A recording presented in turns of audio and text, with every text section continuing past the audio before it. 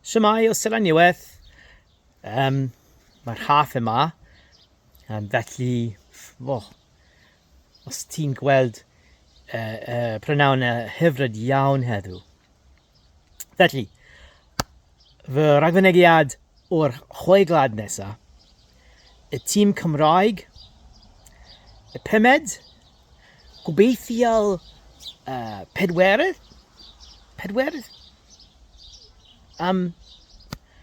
Rhaid I ni yn amyneddgar, oherwydd mae'r flwyddyn rebuilding. Does dim llawer o seren yn y tîm nawr, oherwydd yna fi. Ond, os ni'n amyneddgar, yn efallai 1 neu 2 flwyddyn, cawn ni tîm cryf iawn.